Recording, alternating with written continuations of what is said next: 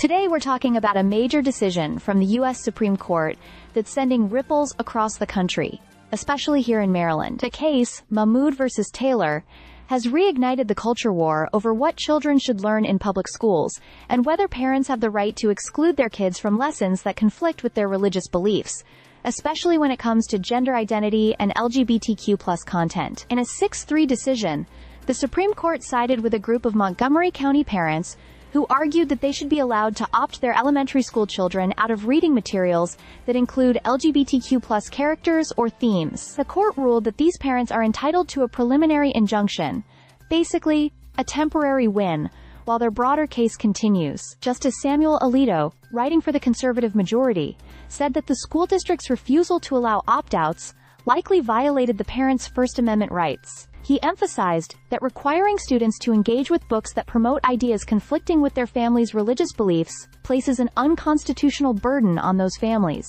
Essentially, the court found that the storybooks in question conveyed a message that conflicted with certain parents' understanding of gender and sexuality, and that they have a constitutional right to shield their children from it.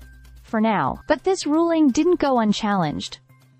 Justice Sonia Sotomayor, writing for the liberal minority, issued a powerful dissent. She argued that allowing parents to pull their kids out of class every time they object to a concept or viewpoint erodes the civic mission of public education. In her words, if students are shielded from the diversity of ideas and people that make up this country, our schools risk becoming echo chambers, far from the inclusive learning environments they aim to be. The reaction in Maryland has been divided and intense. Attorney General Anthony Brown expressed deep disappointment, saying this decision threatens inclusive classrooms where every student can feel safe and represented. On the other hand, the Maryland Senate Republican caucus hailed the ruling as a victory for parental rights, asserting that no government should override a parent's role in determining what's appropriate for their child, especially on sensitive issues like sexuality and gender identity. Senate Minority Leader Steve Hershey didn't mince words, calling the school district's initial refusal to offer opt-outs authoritarian.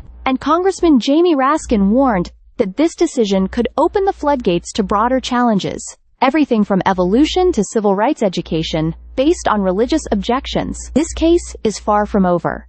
It sets a legal precedent that could have enormous consequences nationwide. We're watching a real clash of values unfold in our courts.